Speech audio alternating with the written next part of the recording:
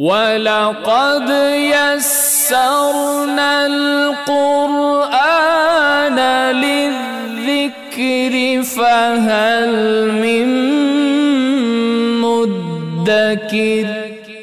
کہ جب انسان پر مصیبت اور آزمائش آ جائے تو اس کو کیا کرنا چاہیے، یہ بڑی اہم بات ہے۔ مصیبت آ گئی، ابتلا آ گیا، آزمائش آ گئی، ایسے میں بندے کو کیا کرنا چاہیے؟ سب سے پہلی بات تو یہ ذہن میں رکھ لیجئے، مصیبت ہے، مشکل ہے، آزمائش ہے، بیماری ہے، کوئی تکلیف ہے، یہ سب خود بخود نہیں آ رہے، یہ اللہ کی طرف سے ہے۔ اللہ کی اجازت کے بغیر اس کے بندے کو کانٹا بھی نہیں چبھ سکتا۔ اللہ خود اپنے بندے کی حفاظت کرتا ہے۔ اللہ تعالیٰ نے اپنے بندے کی حفاظت پر اپنے فرشتے مامور کر رکھے ہیں۔ ولادت سے لے کر اس کی موت تک اللہ تعالیٰ نے فرشتوں کو مقرر کیا ہے، اس کی تم نے حفاظت کرنی ہے۔ اور جب اس کو کوئی کانٹا چبھتا ہے، تکلیف ہوتی ہے، وہ اللہ کی اجازت سے اللہ تعالیٰ اپنے بندوں کو آزماتا ہے۔ جس طرح قرآن کریم میں اللہ نے فرمایا اسی سورہ بقرہ میں، وَلَنَبْلُوَنَّكُمْ بِشَيْءٍ مِّنَ الْخَوْفِ وَالْجُوعِ وَنَقْصٍ مِّنَ الْأَمْوَالِ وَالْأَنفُسِ وَالثَّمَرَاتِ وَبَشِّرِ الصَّابِرِينَ۔ ہم تمہیں آزماتے ہیں۔ 5 چیزیں یہاں بیان کی ہیں۔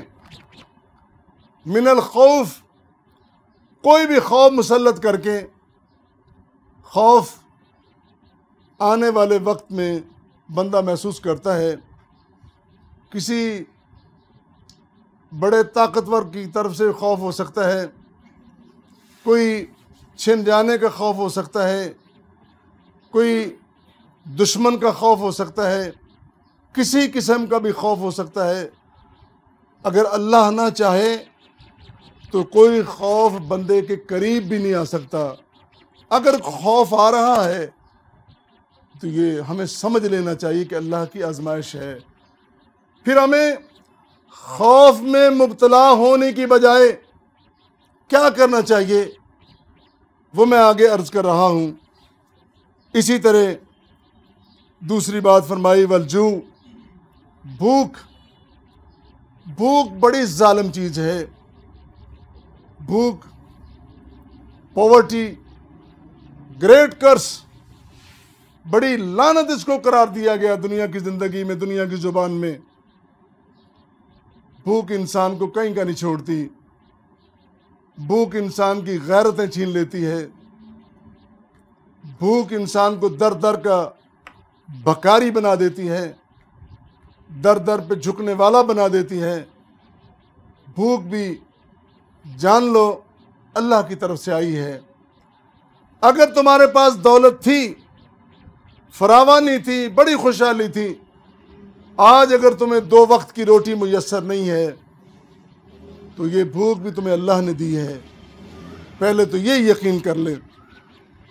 پھر نقص من الاموال، معاشی بدحالی، حالات بڑے دگرگوں ہو گئے۔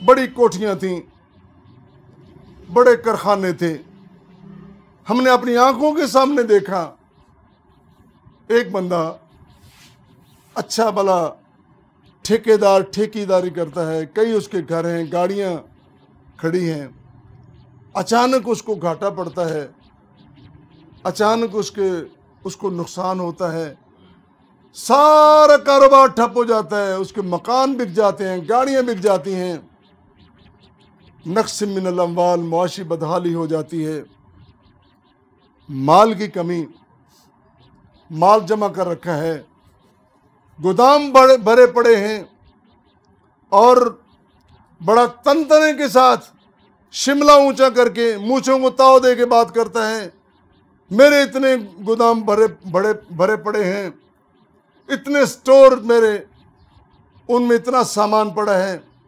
کروڑوں کا، اربوں کا سامان پڑا ہے۔ اچانک سب کچھ ختم ہو جاتا ہے، بدحالی آ جاتی ہے۔ پھر اسی طرح والانفس، اور گھر بھرا ہوا ہے، بیٹے ہیں بیٹیاں ہیں، خوشحال گھرانہ ہے، ابو ابو کہنے والے، امی امی، ماما بابا کہنے والے، گھر میں بڑی بہار ہے۔ اچانک سفر پہ روانہ ہوئے، راستے میں حادثہ ہوا، خبر آئی، پورا خاندان جاں بحق ہو گیا۔ کتنی خبریں سنتے ہو، کتنے خاندان اس طرح ہماری آنکھوں کے سامنے، ہماری نظروں کے سامنے۔ یہ از خود نہیں ہو جاتا، یہ حادثے از خود نہیں ہو جاتے۔ ظاہری طور پر ہمیں اسباب نظر آ رہے ہیں کہ غلطی ڈرائیور کی تھی، فلاں ہوا فلاں ہوا۔ وہ غلطیاں کیوں رونما ہوئیں، کیوں سرزد ہوئیں، کیوں راستے میں پٹڑی اکھڑ گئی، کیوں راستے میں ریل نیچے اتر گئی، کیوں جہاز کو حادثہ ہو گیا۔ یہ حادثے خود بخود رونما نہیں ہوتے، بِإِذْنِ اللہ، اللہ کی طرف سے، اللہ کی اجازت سے سب کچھ ہو رہا ہے۔ والثمرات، اور پھر پھلوں کے نقصان ہیں۔ باغات بھرے، چمکتے دمکتے دیکھتے، دل خوش ہو گیا دیکھ کر، باغ دیکھ کر بندہ راضی ہوتا ہے کہ اتنا خوبصورت باغ ہے، اس دفعہ میری اتنی کمائی ہوگی۔ اچانک آندھی آئی، سب کچھ گر گیا، تباہ ہو گیا۔ آندھی کس نے چلائی ہے؟ تیرا باغ کس نے اجاڑا ہے؟ تو کہتا ہے کہ میری عقل نے یہ سارا کچھ کیا ہے، یہ سارا کمایا میری عقل نے اور اجاڑا کسی اور کی وجہ سے۔ یہ سب کچھ اللہ کی طرف سے ہو رہا ہے۔ یہ سارا کچھ جو ہو گیا، ایسے حالات پیدا ہو گئے، خوف آ گیا، بھوک آ گئی، معاشی بدحالی آ گئی، مال کی کمی آ گئی، جانوں کی کمی آ گئی، ثمرات کی، پھلوں کی کمی آ گئی، اللہ کی طرف سے آزمائش آ گئی۔ پھر کیا کرنا ہے؟ اللہ تعالیٰ خود ہی فرما رہے ہیں، الذین اذا اصابتہم مصیبہ قالوا انا للہ و انا الیہ راجعون۔ میرے بندو، جب تم میں کوئی مصیبت آ جائے، جب کوئی آزمائش آ جائے، جب ابتلا کی گھڑی آ جائے، گھبرانا نہیں، رونا نہیں، چلانا نہیں، یہ کہنا ہے انا للہ و انا الیہ راجعون۔ یہ سب کچھ اس کا ہے، ہم بھی اس کے ہیں۔ جس نے دیا وہ لے گیا، جس نے بھیجا وہ لے جائے گا۔ پھر رونا کیسا، پھر چلانا کیسا؟ یقین مانیے، اللہ پر بھروسہ کر کے، توکل کر کے جب آپ یہ کلمہ پڑھیں گے، اللہ بھی بڑی غیرتوں والا ہے، وہ اپنے بندوں کو کبھی مایوس نہیں کرتا۔ وہ بندے کو حوصلہ بھی دیتا ہے اور پھر مالا مال کر دیتا ہے، پھر باغ ہرے بھرے ہو جاتے ہیں، پھر خاندان اسی طرح آباد ہو جاتے ہیں، پھر خوف ختم ہو جاتا ہے، پھر بھوک ختم ہو جاتی ہے۔ اس لیے کہ کوئی بھی بندہ، نبی کریم صلی اللہ علیہ وسلم نے فرمایا کہ کسی شخص کو، کسی مسلمان کو جب کوئی مصیبت آتی ہے تو وہ اللہ کی طرف رجوع کرتا ہے اور پھر کہتا ہے، اللہ اللہ تو میرا ہو جا، اللہ میری مدد فرما، اور یہ جو نقصان ہوا ہے اس نقصان کے بدلے مجھے بہترین بدلہ عطا فرما۔ پیارے پیغمبر علیہ السلام نے فرمایا کہ جب وہ یقین کے ساتھ اللہ کو کہتا تو اللہ تعالیٰ واقعی سب کچھ واپس لوٹا دیتا ہے۔ یہ اللہ کے وعدے ہیں۔ اسی طرح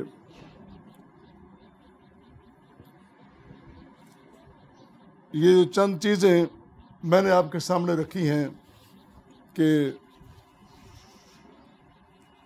صبر کے ذریعے انسان طاقتور ہو سکتا ہے، نماز کے ذریعے طاقتور اور مضبوط ہو سکتا ہے، اور شہید کو کبھی موت نہیں آتی، اور مصیبت اگر آ جائے تو انسان کو رونے چلانے کی بجائے اور در در پہ ٹھوکریں کھا کے تعویذ گنڈے حاصل کرنے کے بجائے اوروں سے جو تعویذ لکھواتے ہو اوروں سے جو دھاگے بندھواتے ہو، تمہیں قرآن پڑھنا نہیں آتا؟